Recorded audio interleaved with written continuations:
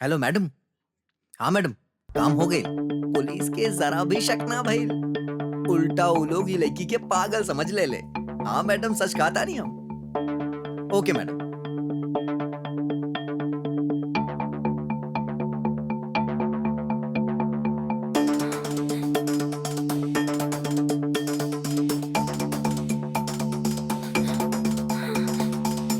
ओ God, ये phone काहे open नहीं हो रहा? अरे हमारा फोन, अरे कहाँ चल गई? कहीं वो लड़की हमारा फोन तो ना चुरा ले गई? अगर पुलिस के पता चल गई तो हाँ ना ना, हम क्या अभी मैडम के जाके बतावे के चाहिए।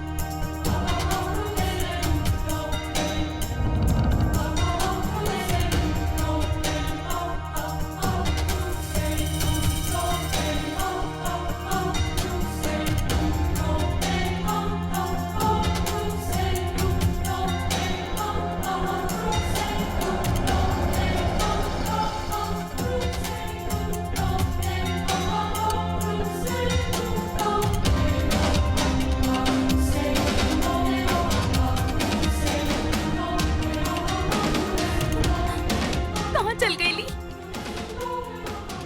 अब विनीत के कैसे ढूंढी हम? जय जय साईं, जय साईं, जय जय बाबा? साईं, जय। हाँ? बाबा, बेटा, इतना रात के यहाँ का करत बाड़ू?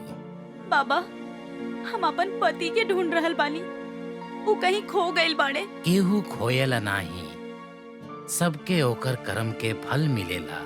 खैर बतावा, हम तोहार का मदद करी? बाबा, इन्हें कोनो बाइक वाला के जात देखनी है का? जहाँ से हम आवत बानी वहाँ तक केहू ना दिखल। मतलब जेने से हम ही नहीं, उन्हें से वो नहीं आइल। रहुआ उन्हें से आवत रही और वहाँ भी नहीं खे। मतलब वो ऐजे कहीं गइल होई। बाबा, रहुआ बता सकत बानी कि ई रास्ता कहाँ तक जाला? ई रास्ता तो आगे से बंद बा। धन्यवाद बाबा जी, इतना रात के हमार मदद करे खातिर। अबे रात कहाँ, अबे तो सुबह होके वाला बा। जय जय साईं, जय साईं, जय जय साईं, जय साईं, जय जय साईं।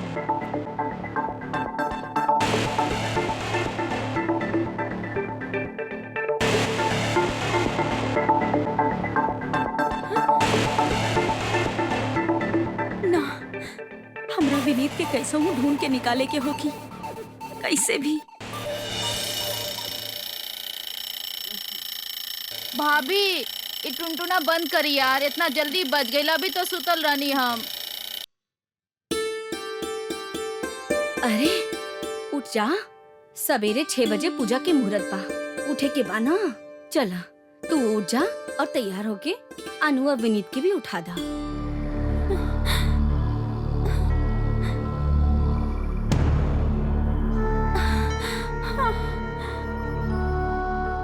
कहाँ ढूंढी उनका के?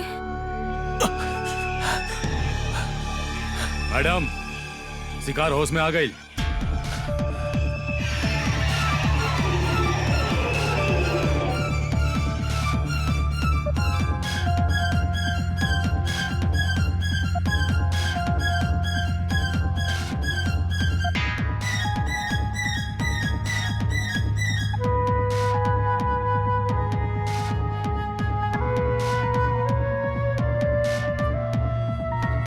श्रुति,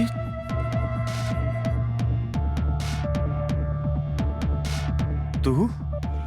हाँ, तोहर एक्स वाइफ श्रुति।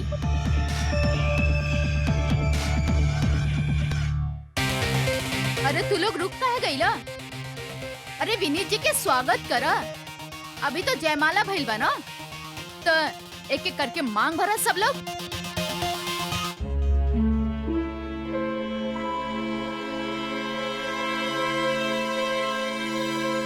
श्रुति श्रुति ये का कर पड़ू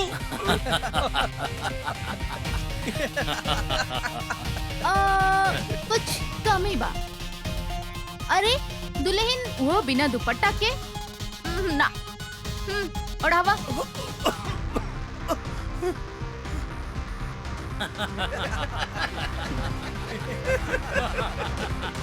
और कुछ बाकी बात तो वो डाल देना।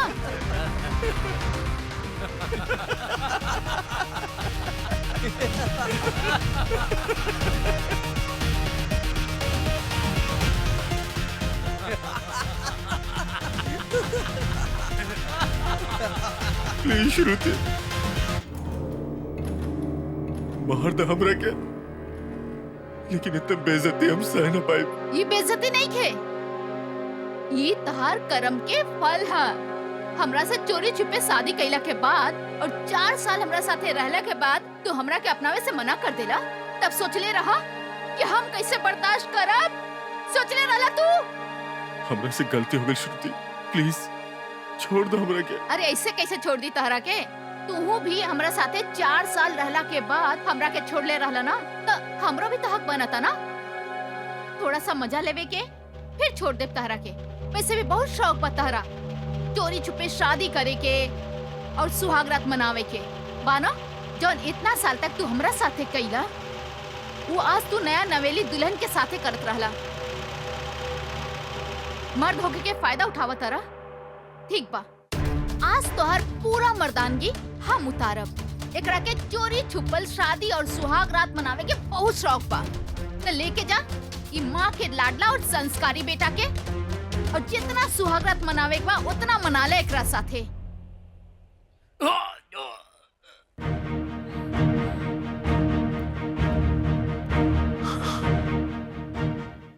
हम ये सब तारा खातिर करतानी, तार मदद करतानी, काहे कि ई इंसान ई तारा के धोखा देवे वाला बा। का करत रहलू तू?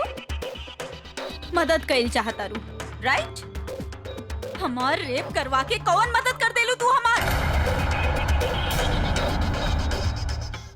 क्राइम अलर्ट, जुर्म के खिलाफ आवाज। ए का कर रहा बड़े? रुका, पीछे जा।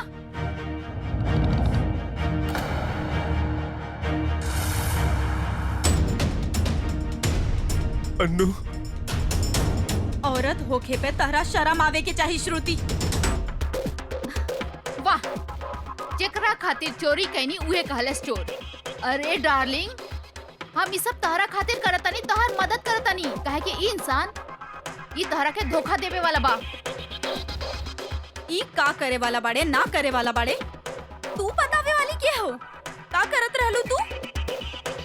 मदद करत रहलू, राइट? हमार रेप करवा के कौन सा मदद कर देलू तू हमार?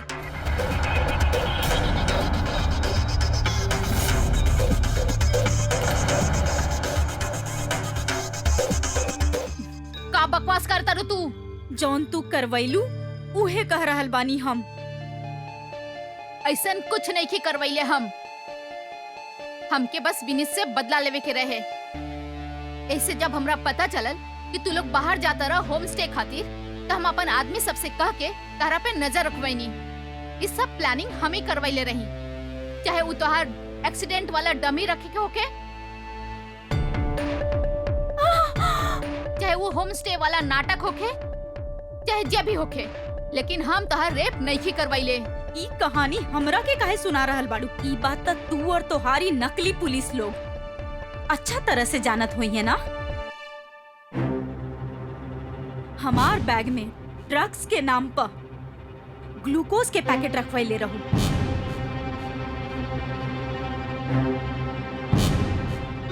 और ड्रग्स टेस्ट के नाम पर हमरा साथ रेप करवा देलू।